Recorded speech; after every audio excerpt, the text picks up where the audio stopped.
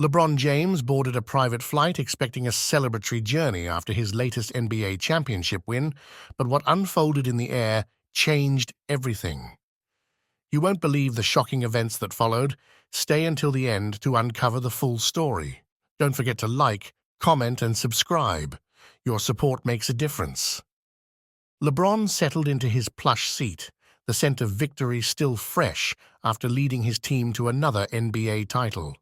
He adjusted his championship ring, gleaming under the jet's ambient lighting, and scrolled through congratulatory messages on his phone.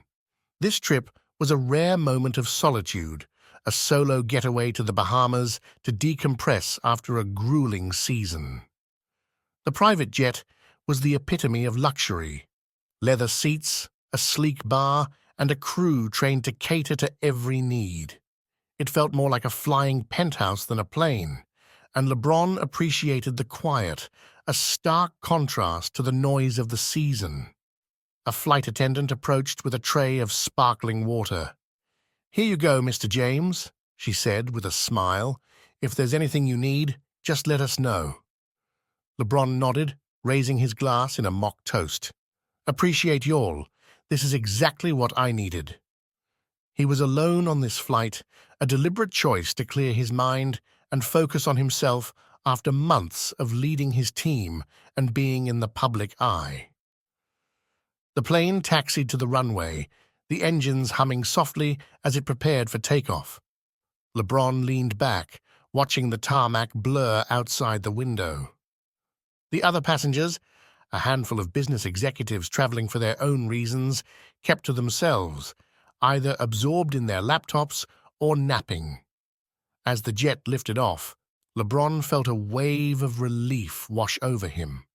For the first time in months, he could let his guard down, free from the expectations of others. He pulled out a notebook, jotting down ideas for his youth foundation, the steady hum of the engines fueling his focus. Hours into the flight, the cabin lights dimmed, signaling nighttime. LeBron reclined his seat, closing his eyes for a brief rest. The crew moved quietly, ensuring everyone's comfort without disrupting the serene atmosphere. Over the Atlantic, the intercom crackled, and the captain's voice filled the cabin. "Ladies and gentlemen, this is your captain speaking. We're cruising at 35,000 feet, on track to arrive in the Bahamas in about 6 hours. The weather is clear, and we'll keep you updated. Thank you for flying with us." The announcement was met with soft murmurs of acknowledgement.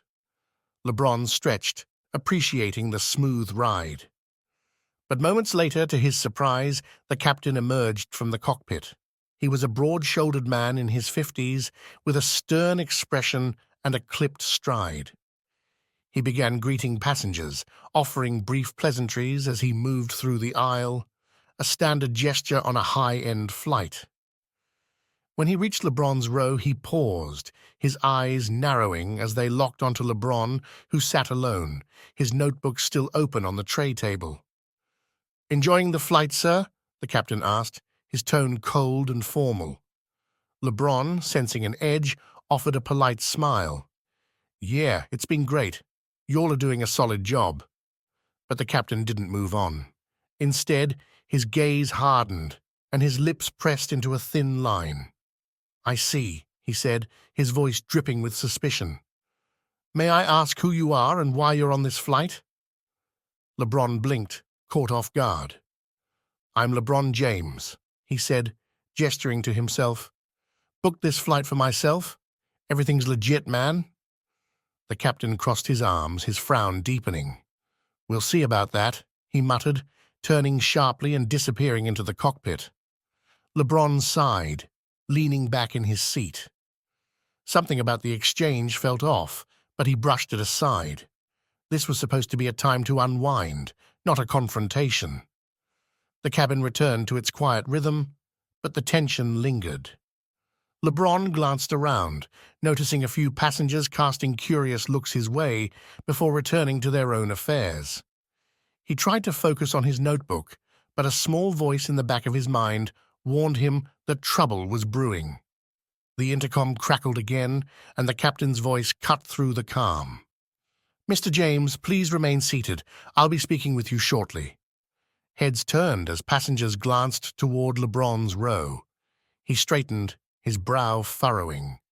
This wasn't just unusual, it felt personal. Before long, the captain emerged from the cockpit, his face a mask of cold authority. Two flight attendants followed nervously behind him, their discomfort palpable. He strode directly to LeBron's seat, his posture rigid. "Mr. James," the captain began, his voice sharp, "I have questions about your presence on this flight." LeBron exhaled slowly, maintaining his composure. "I already told you, I booked this fair and square. Check with the charter company. Everything's in order." The captain's lips curled into a smirk. "You expect me to believe a man like you belongs on a private jet like this? Let's be honest. You don't exactly fit the profile." LeBron blinked, stunned by the blatant audacity.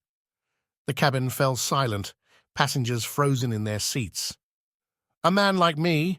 LeBron echoed, his voice calm but edged with disbelief. "What's that supposed to mean?" The captain leaned in, his tone venomous. "You know exactly what I mean. You don't belong here. I don't know what game you're playing, but I'm not buying it." LeBron sat back, shaking his head. "I don't know what your problem is, but I've got receipts, paperwork, whatever you need. Just do your job and let me enjoy my flight." But the captain wasn't done. He crossed his arms, his stance aggressive. "I don't care what paperwork you claim to have. People like you, troublemakers, athletes who think they're above the rules, you're all the same. You don't belong here, not on my watch." The weight of the words hung in the air, each syllable dripping with prejudice. LeBron clenched his fists, his patience wearing thin. He'd faced racism before, but this was brazen, unprovoked hostility, and he was alone to face it. "You don't know me," LeBron said, his voice low and steady.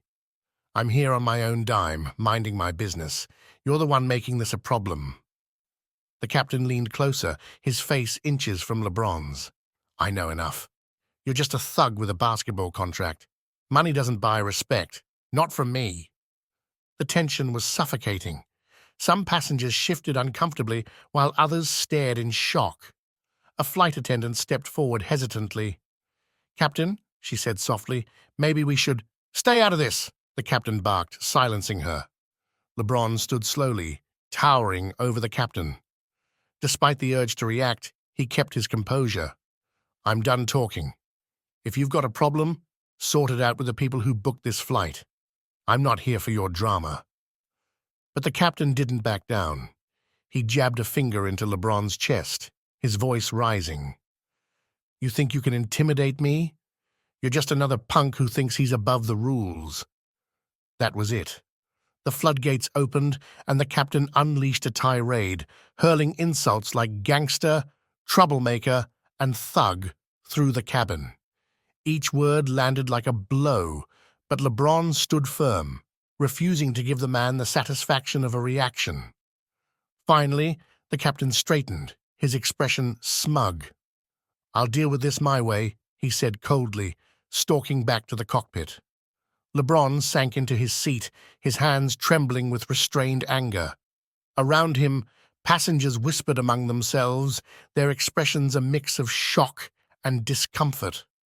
The flight attendants avoided his gaze, unwilling to intervene. LeBron stared out the window, his mind racing. He'd come on this trip to find peace after a hard-fought season, to enjoy a rare moment of solitude. But now he was trapped in a nightmare that echoed the battles he'd fought his whole life. The cabin felt like it was holding its breath, the captain's words still lingering in the air. LeBron thought about his journey, his career, and the millions who looked up to him. How many others had faced this kind of treatment without a platform to fight back? But before he could process further, the intercom blared again. "Ladies and gentlemen, we'll be making an unscheduled landing at the nearest airstrip due to a safety concern." A ripple of confusion spread through the cabin. Passengers exchanged uncertain glances, but LeBron knew exactly what this meant. This wasn't about safety. It was personal. Moments later, the captain emerged, his expression colder than ever. He strode down the aisle, pointing at LeBron. "You!" he barked. "Get your things! You're getting off this plane!" LeBron remained seated, his face calm despite the fury inside. "I ain't going anywhere. I paid for this flight, just like everyone else." The captain's eyes narrowed, his lips curling into a sneer. "I said get up now, or I'll make you." The tension was unbearable. A few passengers seemed on the verge of speaking up, but the captain's authority silenced them. When LeBron didn't move, the captain grabbed him by the arm, yanking him roughly out of his seat. "You're a danger to this flight, and I'm not taking any chances." The violence caught LeBron off guard, but he quickly regained his footing. "Danger?" he said through gritted teeth. "The only danger here is you." The captain shoved LeBron hard, sending him stumbling into the aisle. Passengers gasped, but no one intervened. LeBron could see the fear in their eyes. They didn't want to be next. "I'm not fighting you," LeBron said, his voice steady despite the pain in his side. "But you're going to regret this." The captain smirked, his arrogance on full display. "We'll see about that." The plane began its descent, the cabin tilting as it approached an unknown landing site. LeBron picked himself up, his gaze locked on the captain. He wouldn't let this man see him broken. When the plane landed, the door was thrown open and humid air poured in. The captain grabbed LeBron's belongings and tossed them onto the tarmac. "Out!" he barked. LeBron stepped out, glancing at the unfamiliar landscape, a small airstrip surrounded by dense forest, the heat oppressive. He turned back to the captain. "You think this is over?" he said, his voice low. "It ain't." The captain shoved him toward the exit. "Get out before I call the authorities." With no choice, LeBron stepped onto the tarmac. The plane door slammed shut, and within minutes, the engines roared to life. He watched as the aircraft took off, leaving him alone in the middle of nowhere. He stood there, clutching his bag, the humiliation and anger threatening to overwhelm him. For the first time in years, he felt truly isolated, with no one by his side to share the burden. The airstrip was deserted, save for a small shack in the distance. Beyond that, there was nothing but forest and the sounds of wildlife. LeBron began to walk, his feet crunching against the gravel as he headed toward the shack, hoping for a sign of life. But as he approached, he saw it was empty, its door creaking in the wind. The reality of his situation sank in. He'd been abandoned, left to fend for himself in an unfamiliar place. For hours he wandered, the heat sapping his energy. His clothes were damp with sweat, and his muscles ached from the altercation. He thought about his fans, his teammates, and the legacy he'd built.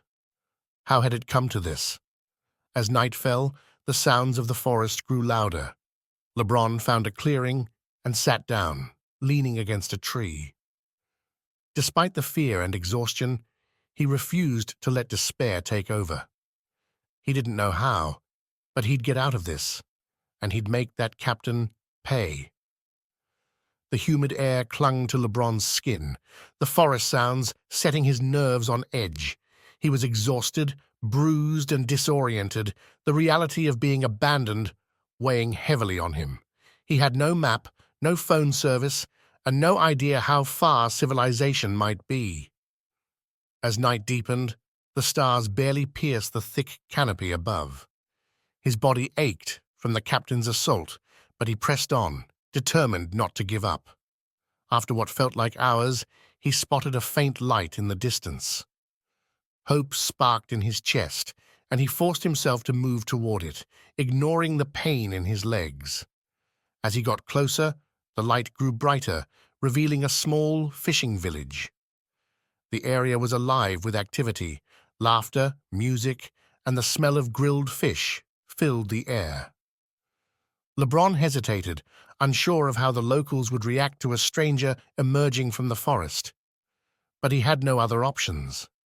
Summoning his strength, he stepped into the clearing, his hands raised to show he meant no harm. The music stopped abruptly as the villagers turned to look at him. For a moment, there was silence. Then a young woman gasped, her eyes widening. "Yo, is that LeBron James?" she said, her voice tinged with disbelief. The tension broke immediately. Murmurs and exclamations spread through the crowd as people gathered around, some snapping pictures, others staring in awe. "You're LeBron James!" a fisherman exclaimed, stepping forward. He was a wiry man with a warm smile. "What are you doing here, man? You look rough." LeBron gave a tired chuckle, lowering his hands. "Yeah, it's been a day. Got thrown off a plane by a racist pilot, just trying to get home." The villagers exchanged shocked glances, their expressions hardening into outrage. The fisherman clapped a hand on LeBron's shoulder. "You're safe now, brother. We've got you. Come on, let's get you cleaned up." LeBron was led to a small hut, where a group of women tended to his injuries, cleaning his cuts and offering him water and food. He ate slowly, his body too exhausted to do more than nod his thanks. As word spread, more villagers arrived, bringing small gifts, woven bracelets, a carved wooden basketball, tokens of respect. LeBron was overwhelmed by their kindness, feeling a sense of community that eased the loneliness of his ordeal. The fisherman, who introduced himself as Marcus, returned with a group of community leaders. They sat with LeBron, listening as he recounted the events of the flight. "That pilot's got to pay for what he did," Marcus said firmly. "But first, we're getting you back home. Don't worry, we'll handle everything." Over the next few days, the villagers went above and beyond. They contacted local authorities, arranged transportation, and pooled resources to cover the cost of his flight back to the US before he left. They threw a celebration in his honor. The clearing transformed into a lively gathering with music, dancing, and food. LeBron, still recovering but in better spirits, joined in, sharing stories and laughter with his newfound friends. As he boarded the plane they'd arranged, he turned to Marcus and the others. "Y'all didn't have to do all this," he said, his voice thick with gratitude. "I'll never forget this." Marcus grinned, clapping him on the back. "You've got family here now, LeBron. Anytime you need us, we've got your back." The flight back to the US was uneventful, a stark contrast to the nightmare that had brought him to the village. As LeBron stared out the window, watching the clouds roll by, he felt a renewed sense of purpose. He wasn't going to let this incident slide. The world needed to know what had happened, and that captain needed to face justice. By the time the plane landed, LeBron was ready. He stepped onto the tarmac, a small crowd of fans waiting near the airport, holding signs that read, "Welcome home, King James." He waved, forcing a smile despite the ache in his body. Waiting just outside the terminal was his agent, Rich, his face etched with worry. "Man, you good?" Rich asked, pulling him into a hug. "We heard some wild stuff. What happened out there?" LeBron sighed, running a hand over his face. "It's a long story, Rich. That pilot, racist as hell, threw me off the plane in the middle of nowhere. If it wasn't for some good people, I'd still be stuck." Rich's jaw tightened. "This isn't just bad, it's criminal. We can't let this slide, LeBron." "Already on it," LeBron said, his tone resolute. "Get the legal team ready. I'm taking this public." The ride home was quiet, save for the occasional beep of Rich's phone as he coordinated with lawyers and media contacts. LeBron stared out the window, replaying the events of the flight. Every insult, every shove, every ounce of humiliation. It fueled his resolve. Once home, he went straight to his office. Rich set up a camera, and within minutes, LeBron was live on all his social media platforms, his millions of followers flooding the chat with messages of concern. "Yo, what's good, everybody? It's LeBron," he began, adjusting the microphone. "I know you've been wondering where I've been, and I've got to tell you. It ain't a story I ever thought I'd have to share, but I need y'all to hear this." He recounted everything: the captain's hostility, the violent confrontation, being abandoned in the forest, and the kindness of the villagers who saved him. His voice remained steady, but the raw emotion was evident. By the time he finished, the chat was exploding with outrage. "We ain't taking this anymore," LeBron said, leaning closer to the camera. "That man thought he could get away with this because of what I look like. Nah, not today. We're going to fight back, and we're going to make sure this doesn't happen to anyone else." The response was immediate. His video went viral within hours, trending on every major platform. Celebrities, activists, and fans rallied behind him. The hashtag #JusticeForLeBron dominating timelines and sparking a nationwide conversation about racial discrimination in air travel. Meanwhile, Rich assembled a top-tier legal team. A lawsuit was filed against the pilot and the airline within 48 hours. The media picked up the story, with news outlets covering the incident extensively. "This isn't just about LeBron James," one reporter said during a broadcast. "This is about systemic issues that have been ignored for too long." As the days passed, pressure on the airline mounted. Executives issued statements distancing themselves from the pilot's actions, but the public demanded accountability. LeBron remained focused. This wasn't just about him. It was about sending a message to anyone who thought they could discriminate without consequences. The courtroom was packed, every seat filled with journalists, activists, and onlookers. Cameras lined the entrance as LeBron arrived, flanked by his legal team. His expression was calm, but resolute. Inside, the atmosphere was tense. The pilot, Captain Edward Hayes, sat stiffly at the defendant's table, his face pale and defiant.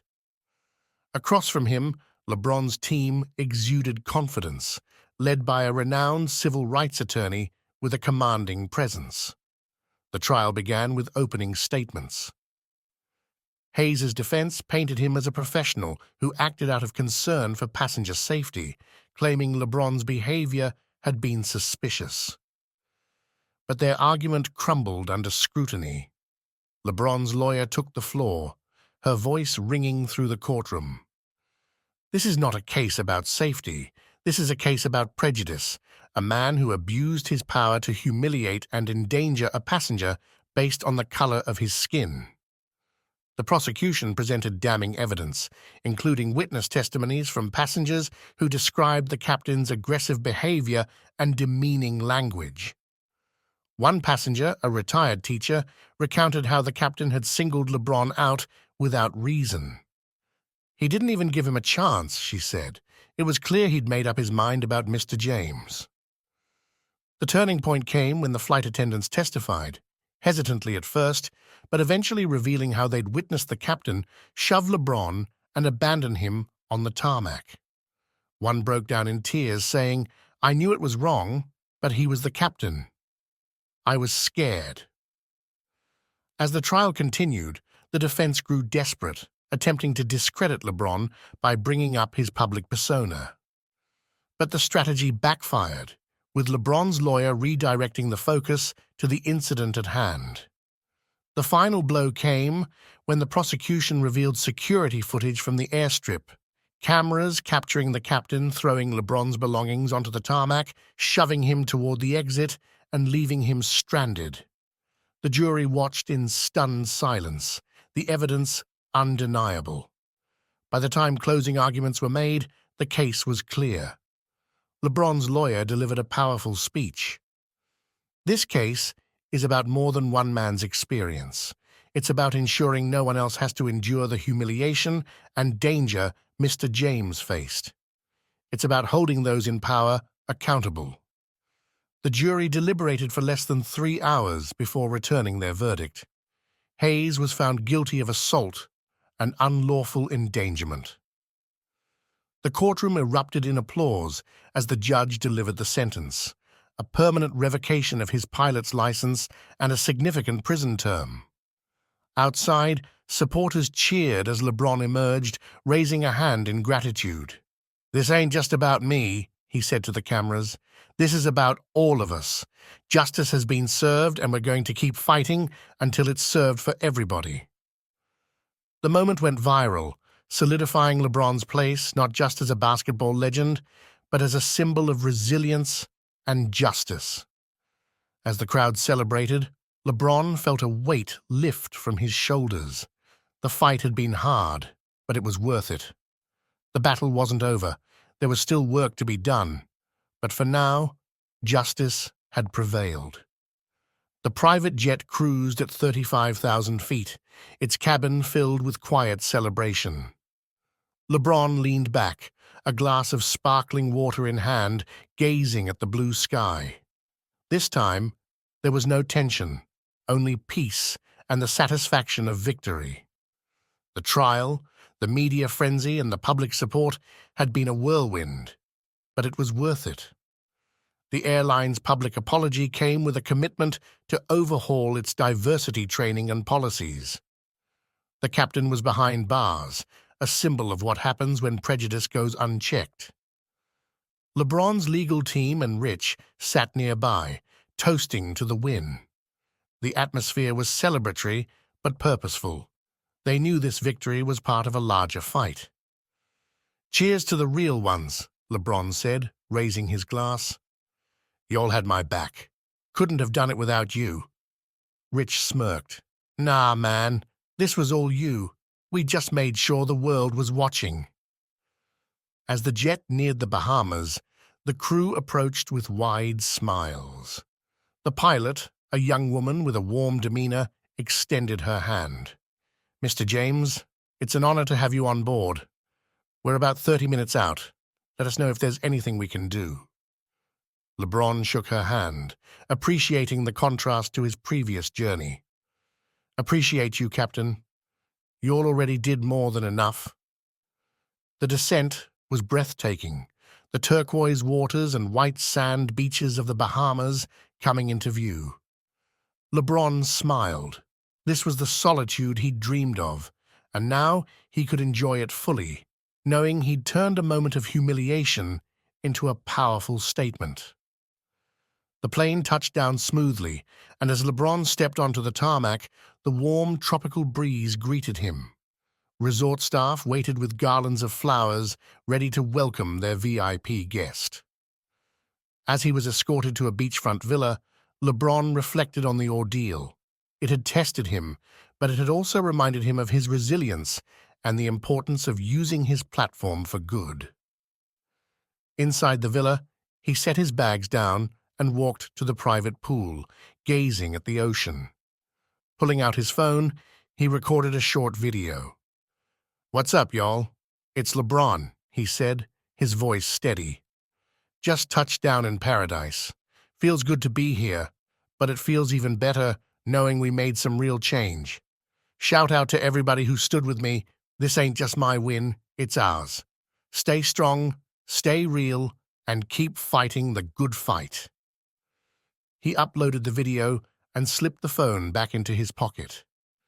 The sound of waves filled the air, a soothing rhythm matching the steady beating of his heart. Finally, he could relax. The battle was behind him, but its impact would last far beyond the courtroom. For now, it was time to savor the moment, to reclaim the peace he'd fought for. LeBron stepped into the warm sand, the ocean beckoning him forward. With each step, the weight of the past weeks fell away, replaced by the lightness of triumph and renewal. The future was bright, and LeBron was ready for whatever came next. Thank you for watching. This story reminds us of the importance of standing against injustice. If this resonated with you, leave a comment, share your thoughts, and don't forget to like and subscribe to stay updated with more powerful stories. Let us know where you're watching from.